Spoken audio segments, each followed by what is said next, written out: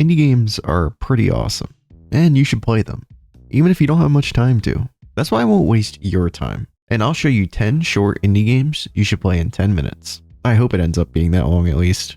The first game to kick things off is A Short Hike. You play as Claire, a bird gal waiting for an important phone call, who decides to hike to the summit of Hawk Peak Park to get cell service. This game uses a DS-esque, pixelated aesthetic, and a wonderful soundtrack that makes the world incredibly vibrant. Speaking of that world, it is an open world game, so you aren't forced down a linear path. You can spend your time fishing, looking for buried treasure, playing beach stickball, or chatting with the locals. The movement is really fun too. As you collect golden feathers, your climbing ability increases, letting you go higher and glide further. You can technically speedrun this in under an hour, but it's also just as fun to take it slow and enjoy everything the game has to offer. If you need a cozy game to knock out in a single lazy afternoon, A Short Hike is a great choice. The next game is on the complete other end of the spectrum, Class of 09. This is a parody visual novel, fully voice acted and dripping with late 2000s aesthetic. You play as Nicole, a girl navigating her senior year, but the twist is that this isn't a dating sim, rather it's a quote-unquote rejection sim. Everyone in this game, from the students to the teachers to the principal, is horrible to the point of absurdity. It feels like a fever dream of the worst stories from your high school, dialed up to 11 for comedic effect. The main reason you're going to be playing this is for the voice acting and the dialogue, because it is genuinely hilarious even if the humor can be dark at times. The game is technically short, clocking in at under an hour for a single route, but it's built on replayability. You make choices that lead to wild endings that you probably won't see coming. I will note that the creator has had some public controversy, so keep that in mind, but strictly speaking about the game, I think the game is worth experiencing even if it's just to have a laugh or two, whether you play it through Steam or your own methods. Now we have Buckshot Roulette. It takes the concept of Russian roulette and expands it out into a fleshed out 1v1 strategy game against a scary looking AI dealer. You aren't just relying on luck like the actual game. You have lives and a table full of items you can use against yourself and against your opponent. For example, handcuffs skip the dealer's turn, magnifying glasses let you check the chamber, and beer racks the shotgun. It sounds simple, but once you're hooked in doing the math on live rounds versus planks, the tension is real. The atmosphere also does a lot of heavy lifting. The art style is gritty, grimy, and industrial, making you really feel like you're playing a game that is on the edges of society. It's a game that's both fair and completely unfair at the same time, and I love it for that. They recently added a multiplayer mode, so now you can ruin your friendships by sawing off a shotgun barrel and aiming it at your bud. For $3, it's a steal. For the fourth game, we have Mouthwashing. This is a narrative-driven horror game where you and 4 other crew members are stranded in a crashing space freighter. Visually, it uses PS1 style graphics, which works perfectly here to create a sense of unease. It mixes that style with visceral gore and psychological horror. There aren't any monsters to fight, rather you're fighting against something much closer and scarier.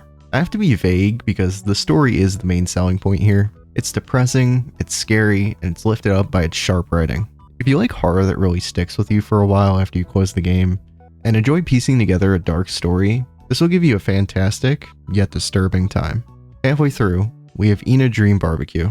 This is an adventure game mixed with a visual novel that certainly lives up to the dreamlike name. You play as Ina, journeying through trippy, surrealist worlds looking for a character named the Boss. You'll explore environments that look like abstract art pieces, meeting silly characters each with their own memorable personality. The gameplay itself is very simple walking and talking, but the fun comes from uncovering and exploring the strange aspects of the world around you. It's weird, it's funny, and it's visually striking in a way that few games are. If you have a fondness for surrealist art, humor, and just out there stuff in general, this game is an awesome trip worth taking. Plus, the first chapter is free, so there's literally no barrier to entry. Before we get to the next game, if you could like and subscribe, that would be awesome. It helps let me know that people like these sorts of vids. Alright, on to the next one. That next one is Abzu. This game is an abstract, diving, artsy game where you uncover the ruins of a lost civilization hiding beneath the waves. Created by the art director of Journey, it carries the same DNA of emotional storytelling without a single word of dialogue. The gameplay is mostly about swimming, riding currents, and interacting with hundreds of species of fish and creatures underwater. But the controls are so fluid that just the simple act of swimming feels incredible. The music swells perfectly with your actions, which creates even more immersion in the world. It's a very relaxing, almost meditative game. I played this on my Steam Deck in bed, and it really was a perfect way to wind down the nights I did play it. Despite being short, you get absolutely immersed in this massive underwater ecosystem. It's a one and done experience that you probably won't pick up again after you put down, but for the low price of entry, it's a breathtaking masterpiece that feels refreshing in the current field of gaming. The next game is Downwell. This is a simple, arcadey, vertical scrolling roguelike that is all about speed and precision. You fall down a procedurally generated well, and your only protection is a pair of gun boots. You shoot enemies below you to stay airborne and land on their heads to recharge your ammo. The aesthetic is 3 simple colors: black, white, and red, which that one you can change by unlocking new color palettes as you play. The thing that keeps you playing is the combo system that rewards you for staying in the air as long as possible without touching the ground, to rack up gems and upgrades and just the nice feedback the game gives you for it. You'll find shops, secret caves, and weapon modules that can change the weapons in your boots as well. It's both punishing and addictive, where runs can last 30 seconds to a stupid mistake or 10 minutes to a really long combo. While I wasn't the greatest at it, and I found it a bit simple after a while, the quote-unquote just one more run factor it has compared to other beloved roguelikes is undeniable. If you have an hour to kill and love these games that are a test of your reflexes, Downwell is a good way to go. For the 8th game, we have Turnip Boy Commits Tax Evasion. Despite the kind of jokey title, this is actually a solid and cute adventure game. You play as a turnip who gets evicted from his greenhouse and has to run errands for Mayor Onion to pay off his massive debt. The gameplay loop is actually very reminiscent of classic 2D Zelda games. You explore a top-down world, solve puzzles, fight bosses, and unlock tools like a watering can or a sword to access new areas. The game bounces between ripping up your tax documents with cute pixel art and jokes all around, to there actually being lore about the vegetable government, what they even are, and nuclear war. It's a simple, charming game that respects your time, doesn't overstay its welcome, and lets you commit our favorite crime in the world. What more could you want? The penultimate game I'm showing is Glitchbusters Stuck on You. This is a co-op, third-person shooter where you play as a squad of emojis called Glitchbusters, cleaning up viruses inside the internet. The main gimmick is the magnetism mechanic. You can magnetically attach to your friends, stack on top of each other to reach higher places, or just be a very long killing machine.